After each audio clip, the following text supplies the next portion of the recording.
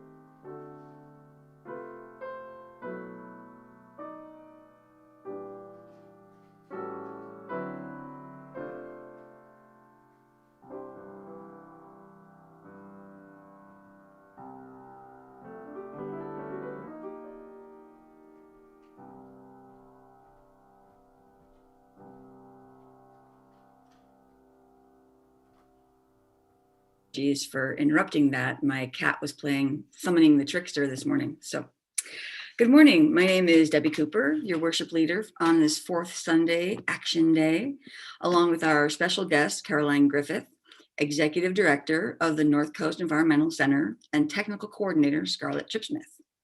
We're glad you can be here for this time of reflection and spiritual connection at the Humboldt Unitarian Universalist Fellowship, an open-minded, open-hearted, spiritual home to everyone who values acceptance for all people and care for all life on earth. One expression of such care is to humbly acknowledge that the fellowship grounds are located on unceded lands, ancestral lands of the Wiyot people. For over 10,000 years, indigenous people lived sustainably on the lands that we now inhabit. As members of this fellowship, we are learning how to live with the truth of their treatment then and to this day, and how to honor the wisdom of their traditional practices and continuing perspectives. As a part of this, last year, fellowship members approved what's called an honor tax as one small way to turn our words into actions that make a substantive difference in the lives of the Native people. We will also continue to acknowledge that we dwell on their unceded lands and offer gratitude for their wise stewardship of this portion of Mother Earth. With this as context, our chalice lighting now calls us into further spirit of reverence.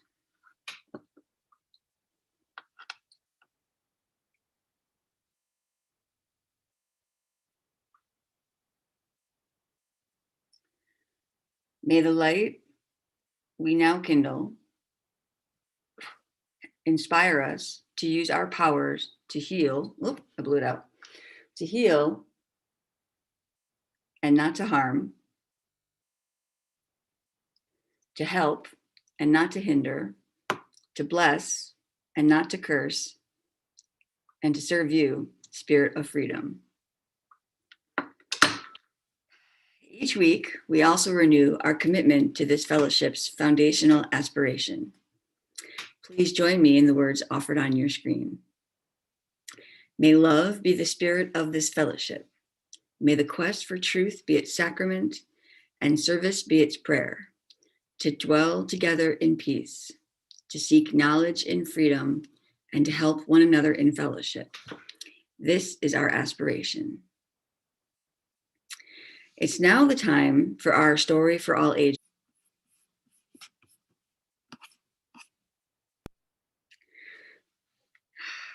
We honor the children who are a part of Huuf and the child in all of us.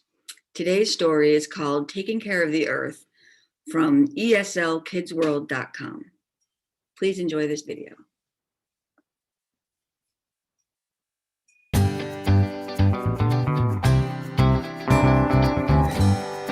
Taking Care of the Earth by eslkidsworld.com. My name is Terry. I am a student. I live here on planet Earth. I love the Earth, and I bet you do too. The Earth is a beautiful place to live. Unfortunately, people don't always take good care of our Earth. People hurt the Earth by cutting down trees, polluting waterways, and wasting electricity. Our planet Earth needs to be protected. Otherwise, everything from the water we drink to the air we breathe will be affected. We can protect the Earth by reducing, reusing, and recycling the items we consume. We can protect the Earth by cleaning up litter. We can protect the Earth by saving electricity. We can protect the Earth by conserving water. We can protect the Earth by planting trees and reforesting woodlands.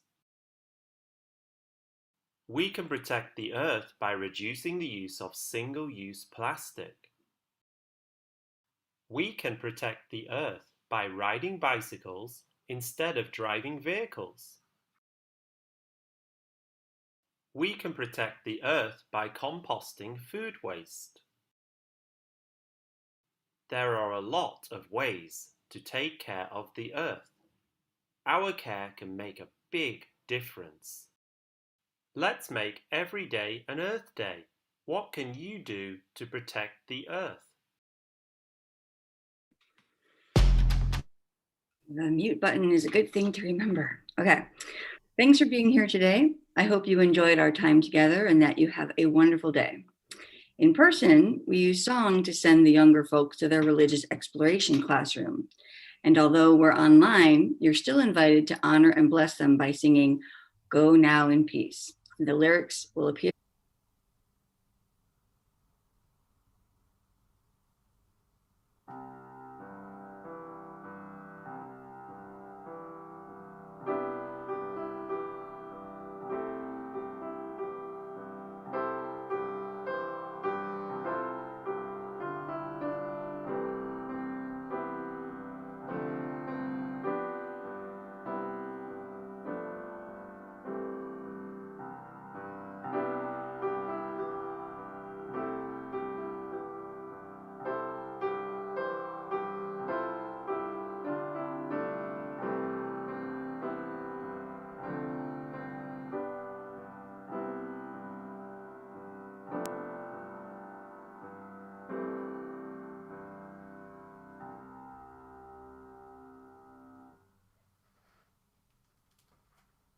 Thank you, Annette.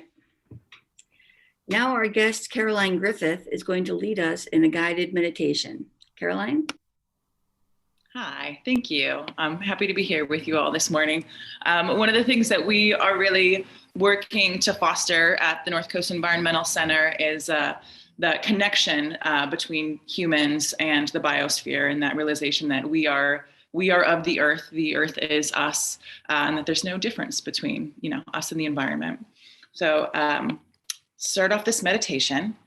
We want everybody to find a comfortable seat and sit with your spine tall, loosen the grip on your shoulders, your neck, your jaw, your forehead, anywhere else that you carry tension. You know your body better than anyone, so find those spots. And if you feel comfortable closing your eyes, I invite you to gently close them now. And let's take 3 deep, long breaths together, in through the nose and out through the mouth. So 1, and out, in, out, and one last deep breath in and out. Now, return to a steady breath and go inward. And I would like you to open your mind's eye and take a look around inside of yourself. If you could describe your current emotional, physical, mental, and spiritual worlds in the image of a landscape, what would that landscape look like? Is it vast, open, and expansive like the plains? Or tight, narrow, and rushing like a creek through a slot canyon? Feel the temperature. Is it hot or cold? And what season is it? What's the weather like in your internal landscape? Is it stormy or calm? Can you smell anything or hear any particular noises, perhaps a certain bird song or the sound of water flowing? What creatures do you see? And what kind of plants? How are you interacting with the space that you are in, that is inside of you? What could your landscape use right now to be brought back into balance? If there's a forest fire, do you need rain? If there's a lot of rain, do you see the sun shining through the clouds? Is there a dam blocking the flow of your waters? And if so, can you see that dam coming down? We need to take some time in silence to wander in this landscape and learn more about it. And while you're doing so, focus on the water in your landscape. Just like our veins and arteries deliver oxygen and nutrients throughout our bodies, rivers and streams are like the arteries and veins of the planet. Do you have a rushing river inside of you or a still alpine lake? Are your waters clogged by algae? Are they hot? Are they cold? And who lives inside of those waters that are inside of you? And what do they need to be brought back into balance? Swim around inside of those waters and think about what happens when they're out of balance and when the waters can't move and flow the way that they need to. What needs to happen to bring them back into balance and restore the flow of nutrients and oxygen throughout your inner landscape? How can you make that happen? While you are wandering through this inner landscape, think about how water moves through it and through you, from the high points to the low, from springs to creeks to rushing rivers, and finally into the ocean. And I will bring us back in just a couple of moments.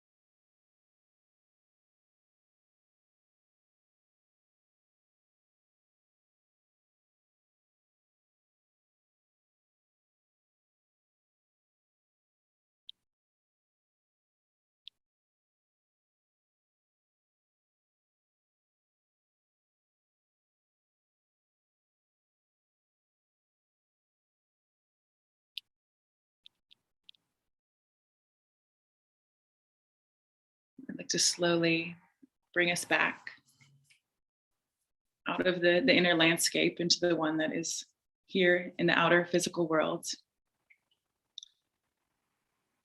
And welcome you throughout, the service and throughout our talk later to be thinking about the connection between our inner selves and our outer selves, and particularly in the context of today, to think about water and water flowing. Being in relationship with the natural world and having that connection cultivates a sense of responsibility and a duty to protect the earth. Robin Wall-Kimmerer, who is an indigenous botanist of the Potawatomi tribe and has given a couple of talks at Cal Poly Humboldt recently, she talks about how being in this relationship cultivating a practice of noticing the gifts in others, plants, animals, fungi, landscapes, and sharing our own gifts in return. That's what kinship is. And noticing the gifts of plants, animals, and et cetera is extremely important to show reverence in the kinship relationship. Our ability to identify and witness our own gifts is just as, if not as important as seeing the gifts of others. So recognizing our connection and thinking about reciprocity and what we have to offer is a really powerful way to start practicing kinship. And only from a place of self-worth and self-love can we feel empowered to educate ourselves and others and to take meaningful action to be in right relationship with the natural world. And with that, I will pass it back to Debbie, I believe.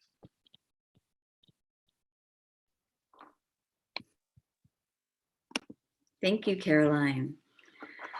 We are a welcoming and caring congregation, and one way we show this by honoring any joys or concerns, gratitude or sorrows that we carry in our hearts and spirits. You're welcome to input a message now into the chat. For each one, I'll drop a pebble into a bowl of water, and the ripples representing how what we share flows out to connect with others. And if you're fairly new to us, and if you'd like, you're most welcome to share a little bit about who you are and what brings you here today. So I'll check the chat now. All right, first is from Sina Marino. Thanks to Chip, Laurel, David, Beverly, John, and Durid, Pixie, and Hooligan for joining me at the Black Lives Matter demonstration Saturday on the corner of 5th and V in Eureka from 12 to 1:30. Drove by you guys yesterday on my way to my bee field trip. Looked like you were having a fantastic time. Let's see, next is, again from Sina Marino. Many thanks to Sue Mossman for continually giving us options to urge our politicians and corporations to act to reverse a global warming. Unless we act on the causes of global warming, all the mitigations will only address the calamities. I'll give you a bigger rock for that one. That's from Sina. Any other joys and sorrows we wish to share? Oh, there's one. Thank you, Scarlett. Gratitude for a beautiful spring Saturday. Okay. And we hold in our care all that has been shared today and know that some things are so large. Oh, wait, I'm too quick. Congregations to Cheryl Rao, whose painting Summer Poetry Sunflower for Artists for Ukraine is featured in the Time Standard. Way to go, Cheryl, and thank you, Bonnie and Cynthia. Taking a moment to see if anybody else wants to share.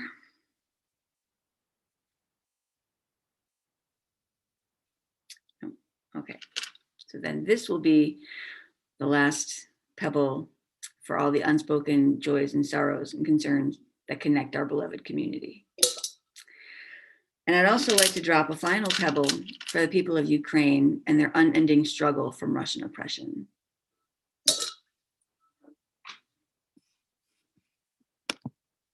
Please enjoy this next video.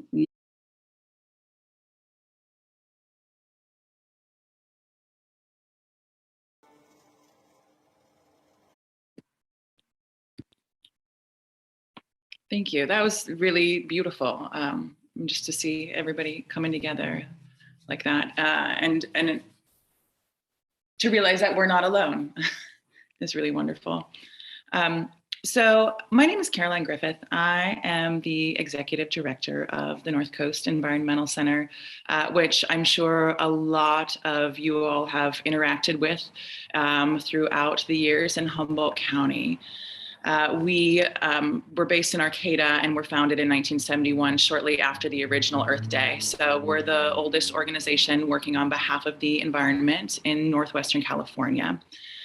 Our mission is to promote understanding of the relations between people and the biosphere and to conserve, protect, and celebrate terrestrial, aquatic, and marine ecosystems of Northern California and Southern Oregon. And I will say a thing that we've kind of been working into our mission as well is just to foster this idea that that humans are not the only species that deserves to thrive in this particular biosphere, that we really need to be taking into account the rights of all of the beings and of nature to preserve and to be ongoing and to promote itself. So a lot of the ways that folks have probably interacted with the NEC is through our environmental journalism. So either Eco News, which comes out monthly, or our weekly Eco News report show. We also engage in advocacy work and direct action, like the cleanup that some of the congregation is out doing today, and that we'll hear about a little bit later on. And one of the things we've really been focusing on with that, I mean, we are Coastal Cleanup Day, which a lot of folks have probably heard of, was born out of the NEC. And in recent years, we've worked a lot to incorporate data collection into that work that we do, so that we can not only just stop all of the litter from reaching the ocean, but work to collect data so we can advocate to actually stop it at the source, to provide solutions that way, to really turn off the tap instead of just bailing out the bathtub full of water. So the city of Arcata has used some of our data to justify its single-use plastics ban that it put in place in 2020, which was really, we're very proud of that. So I've been doing work on environmental and social justice issues on and off for the last 20 years. And I do this work because I'm a true believer in the power of people to come together and make change. And that is part of what I'm going to talk about today.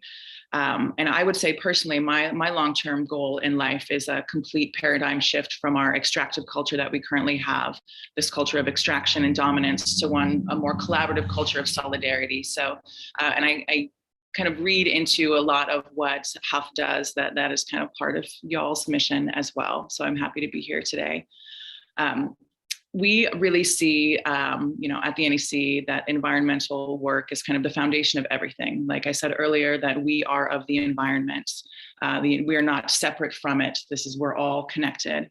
And so we really need to care for the environment as we do ourselves, which is part of what that meditation at the beginning came from. As we move into the next 50 years of this organization of advocating for the environment and for justice, we are working to look at the movement more holistically, and the people within it more holistically. And one of the ways that we're doing that is by acknowledging the emotional and spiritual component of this work, as well as the toll that it can take on all of us engaging in this. Like, this is very heavy duty stuff. I believe somebody put in for, the joys and sorrows earlier, the work of, combating climate change, that is everything, right? That we need to make sure that we're doing this work so that we and everyone else on the planet can continue existing on it. And so the meditation we did at the beginning of this service comes from our Eco Grief Circle, which is called Thrive, which meets every third Monday at 6:30 p.m. on Zoom.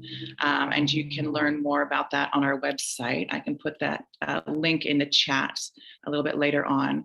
And the circle welcomes any and all people who are looking for a space to express their stories, sadness, worries, anxiety, and fear concerning the state of the planet. So we talk about topics like climate change, species extinction, catastrophic fire and other natural disasters, spiritual disconnection, and anything else that is brought to the circle. And you can find more information on our website, which I will put in the chat, but it's also yournec.org/thrive. And today I just want to talk a little bit about the dams on the Klamath and the Eel Rivers and the process of them coming down. And then later on in the service, provide some information for folks so we can write some letters to the Federal Energy Regulatory Commission, or FERC as it's called, to comment on the process. And I chose this topic because there's a lot of exciting things happening right now in the dam removal processes, and really fits that theme of to the sea, that idea that these rivers flow and when they are in right balance should be flowing to the sea and bringing all of the beings and nutrients and oxygen down with them, and helping that ecosystem and the people that rely on it to thrive.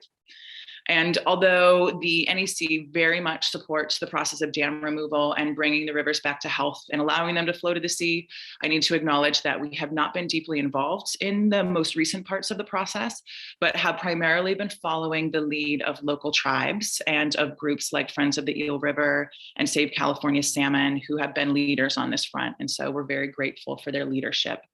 And I'm just going to give a brief overview of the dams on the Klamath and the Eel Rivers, just to give some context. But I also want to acknowledge that these are very complex issues, and these fights have been taking place for decades. So I'm not going to get super in depth on it, but there are a lot of resources for folks who would like to know more about those processes. One of which is the Friends of the Eel River website, which is eelriver.org. And again, I will put that in the chat in a little bit and have a resource sheet later. But if you are interested in the complexities of the Federal Energy Regulatory Commission and dam removal, that is a great resource for you. But I will say in short, the dams and the water diversions result in hot water, and hot water kills salmon. And creates algae blooms. Salmon are vital to the health of the rivers, as well as to the culture and health of the people who rely on those rivers. And so that is why the dams need to come down.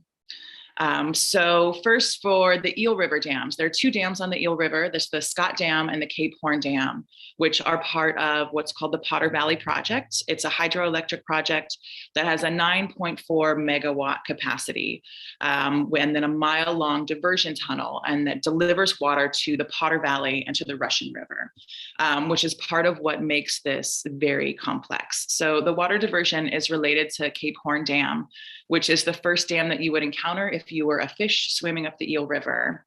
And it has a tunnel that channels water to a powerhouse in the Potter Valley. And the water that turns the turbines, which is basically a byproduct of the power generation process, then travels to Potter Valley to be used for agricultural purposes by the Potter Valley Irrigation District, and onto Lake Mendocino, where it contributes to municipal water supplies. And it currently delivers about an average of 62,500 acre feet of Eel River water to the Russian River Basin. And an acre foot it's enough water to cover an acre of land, which is about the size of a football field, 1 foot deep. It's approximately 326,000 gallons.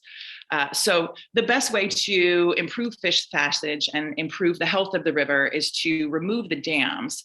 But there's also this complex situation where water is diverted to the Russian River, and people are reliant on it now, and very used to having that water. So what's happening right now with the dams is that PG&E, who operates them, has decided not to pursue relicensing because it's very costly. They would have to come into compliance with environmental laws, and also it just doesn't generate much power.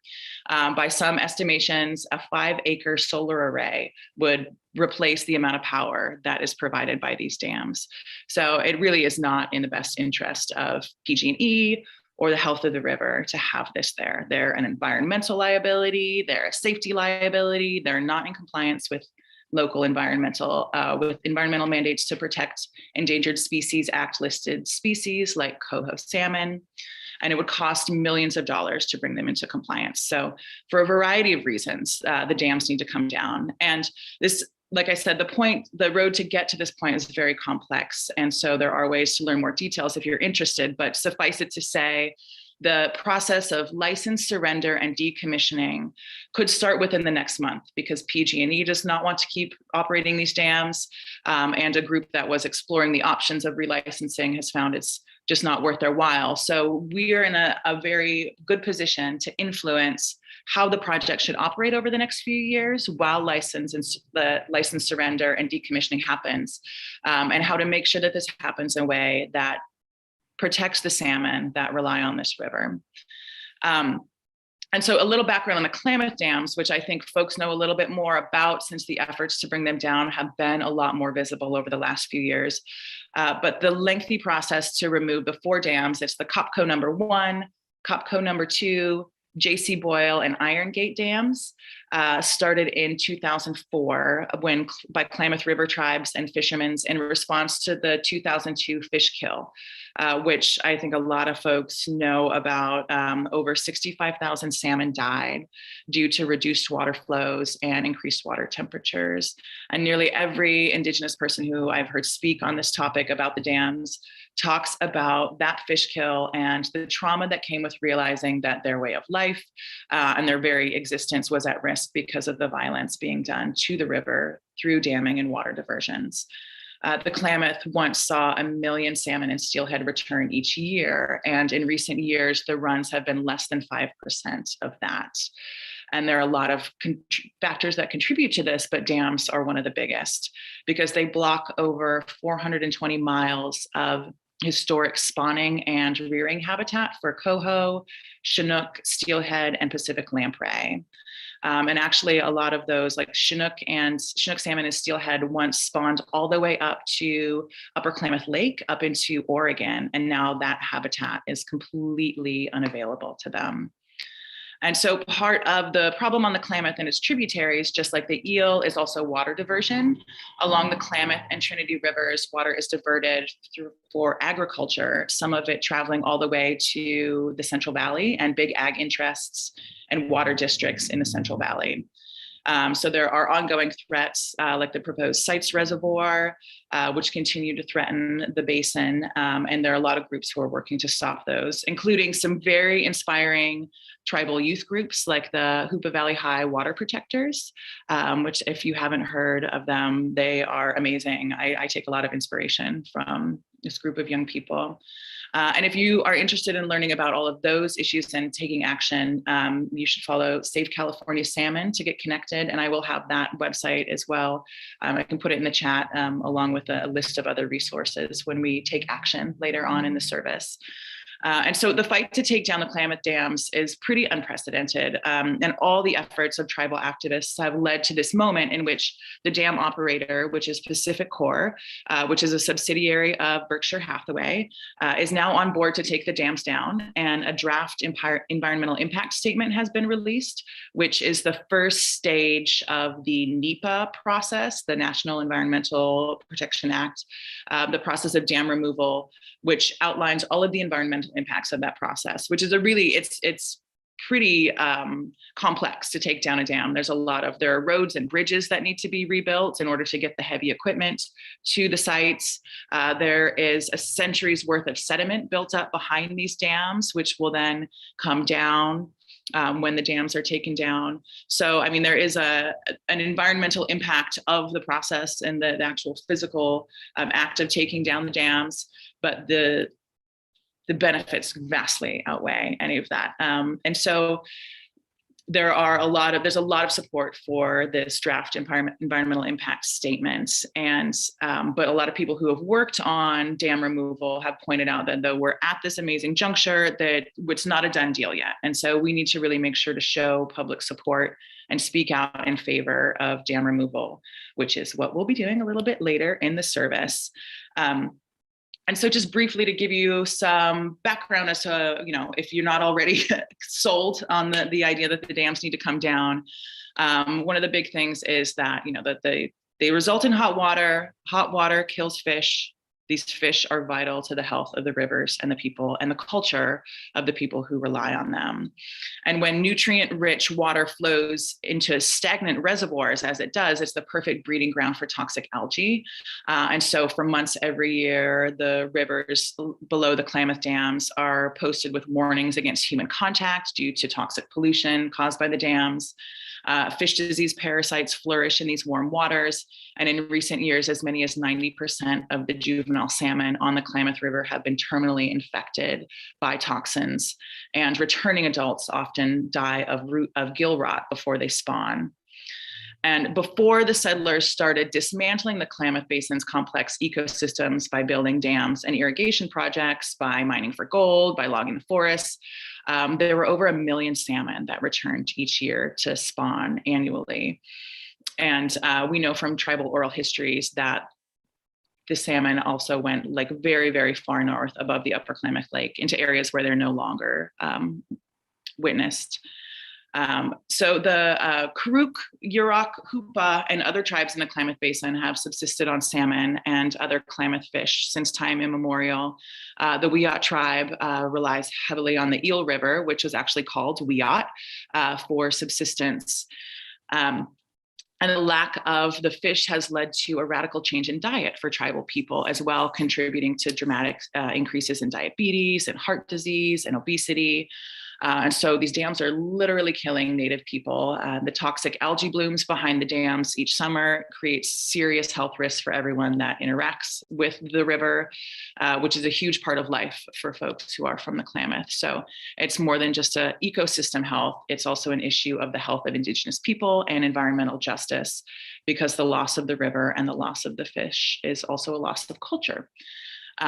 And so I would say if you're interested in hearing from tribal activists about this, what this means to them, I mentioned the Hoopa High Water Protectors. There's also a very inspiring rally that you can find on the Save California Salmon Facebook page. It took place this last Wednesday, and there were a lot of youth activists who have been working on this effort since they're children, talking about what this river means to them and how important it is to bring it back to health for future generations. And, to see that acknowledgement of like the distant future from folks who are in their teens and 20s is really amazing and inspiring. And a lot of these kids have been traveling all over the world the entire lives fighting for this.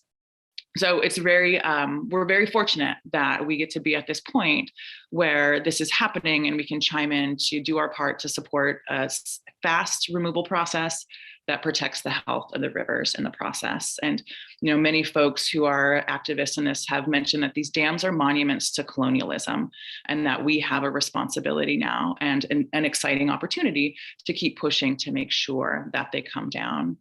And we will, in a few minutes after we check in with the folks who are doing the in-person cleanup, we'll talk about sending comments to FERC. And I see that there's a question in the chat. Can the dams be emptied prior to removing the structures so the debris won't flood downriver areas? I think that is part of the process, is figuring out how to do this in a way that will be less impactful. But everyone that I've heard of who has been working on this for years, they say that there will be initially, the rivers are going to be pretty muddy when everything comes down. But there are efforts being done, from what I understand, to restore and to build up the areas on this side of the dams so that there are some natural structures to catch some of that debris as well. But it is an exciting prospect, and I think also going to be a long process of restoring the area back to what it was. I think it's hard for any of us with our short lifespans to really even imagine what things were like before we started impacting them. But it is exciting that we can impact them into the future. And we will in a few minutes share some resources about how we can send letters to FERC. But I think now it's time for us to check in with the folks on the waterfront. Hello. I'm Ivy. I'm with the Northcoast Environmental Center. I'm the Coastal Programs Coordinator. We are having a very successful cleanup. Let me see if I can, I'm new to Zoom on my phone. So, okay, yeah. So here's just within the last, hour that we've cleaned this up. So lots of stuff so far. I'm going to go try and find some folks. People have largely spread out. But I'm going to walk around and see if we can find some volunteers. Peter just headed out to give somebody a ride. But I spy some folks here.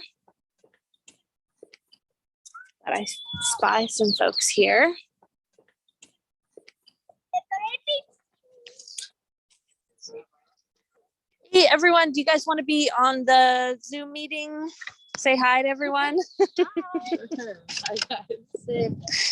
Yeah, we've got tons of people. Want to check out our bucket? Oh, yeah, let's see. That's fine. Yeah, what'd you guys find? A lot of stuff. We found a mask. We found a mask. Nice. Couple of masks. Yep. I think this changes. What did you say was a sock? Oh yeah. Nice. We didn't put it in the bucket, but we found a bird skeleton. Really? Yeah. Was it huge No. or little? It was small. Little bird skeleton. That's cool. Yeah, Nice. it was kind of crazy. Let nature take that back. Yeah. So we'll head back and see if there's anybody over here.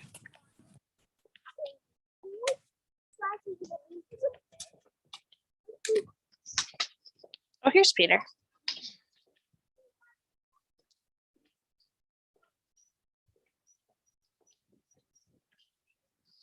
So yeah, as you can see, we've got a ton of stuff. We're separating out recycling and trash. So we're gonna take those to the dump separately.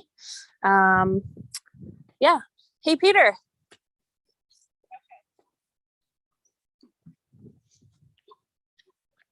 We're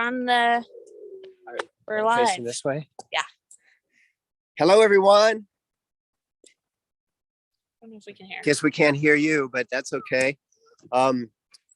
Let's turn this way because there are some other people here Mhm. who are bringing trash back, and we have different ages represented.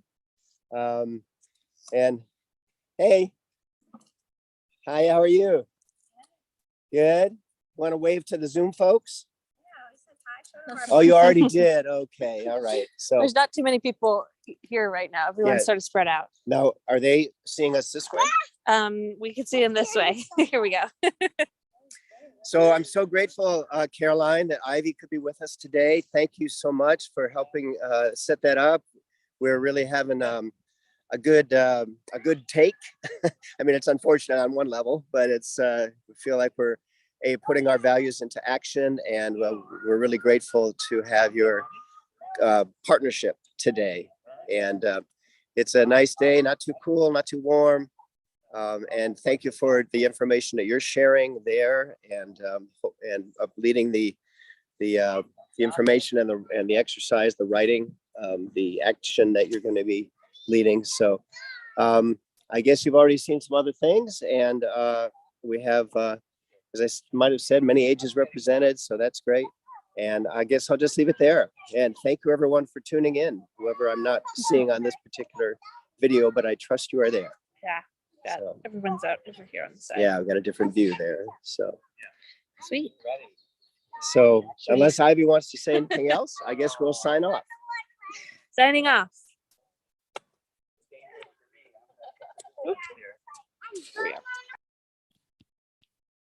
That looks fun. So there are so many different ways to take action, and we talk about this all the time at the NEC, and it means different things to different people, and we all have different ways that we can contribute to taking action. And one of my favorite ones ever is sending comments into government agencies. It is a big part of democracy if we are doing it the right way. And so here in the chat, I have put a link to a document that has some information about how to submit comments to the Federal Energy Regulatory Commission. And I hope that I did all the permissions the right way, and you should be able to access it, but please somebody let me know if you are not. And I would be happy to answer any questions that anybody has if they want to put them in the chat about the process or any of that, if I can help with it.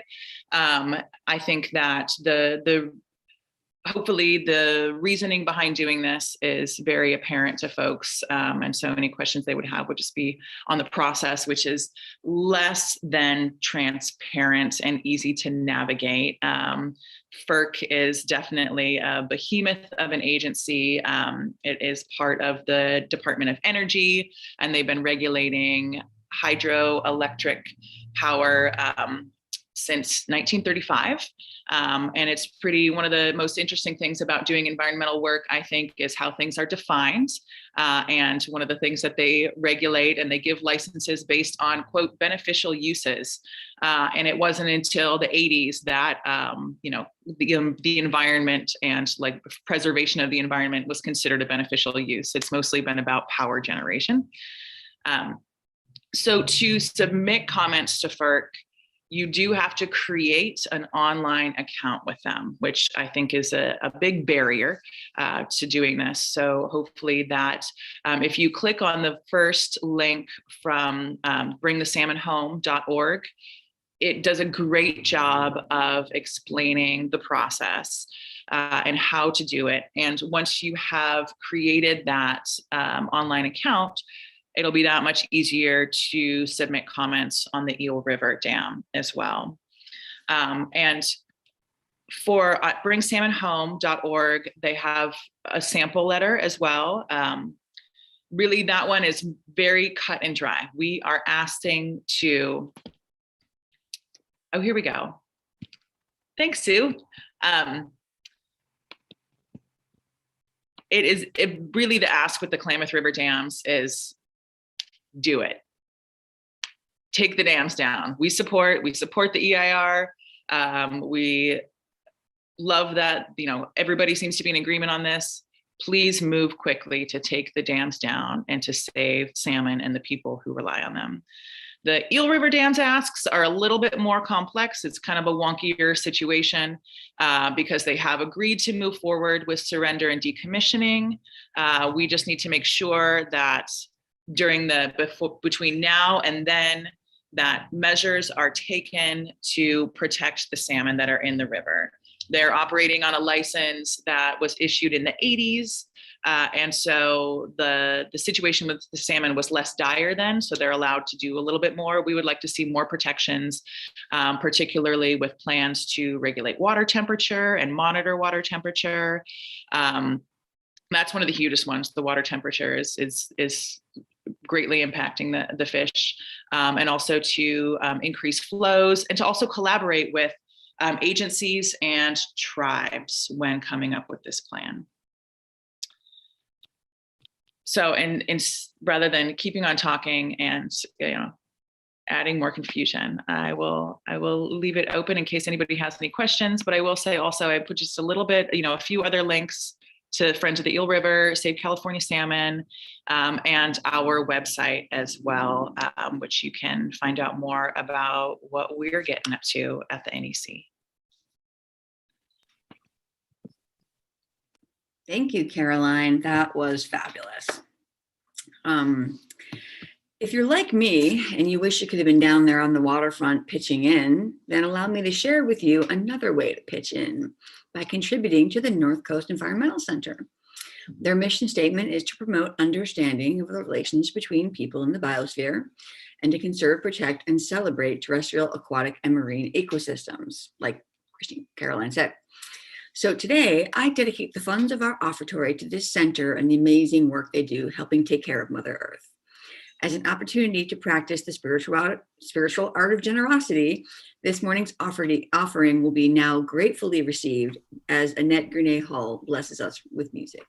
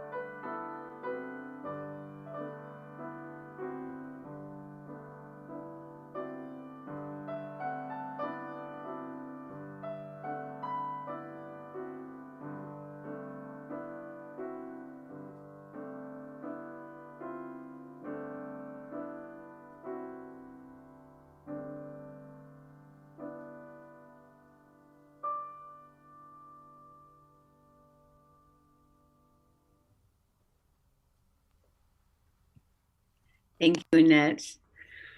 We are grateful for the gifts offered today and for all gifts and blessings in our lives.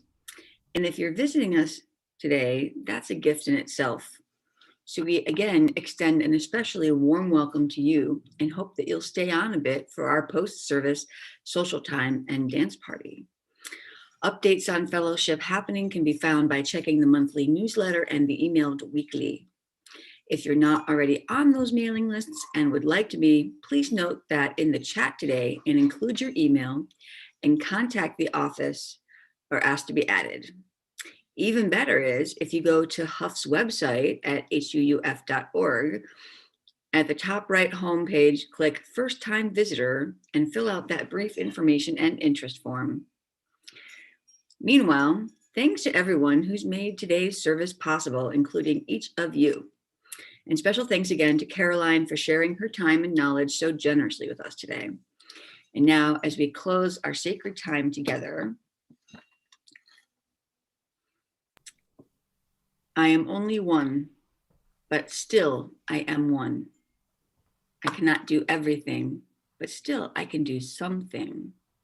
And because I cannot do everything, I will not refuse to do this something that I can do. Edward Everett Hale.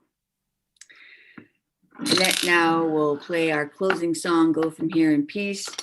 Please join us as we stretch our hands to one another in spirit. The words will appear on your screen. Shalom, assalamu alaikum, and all that.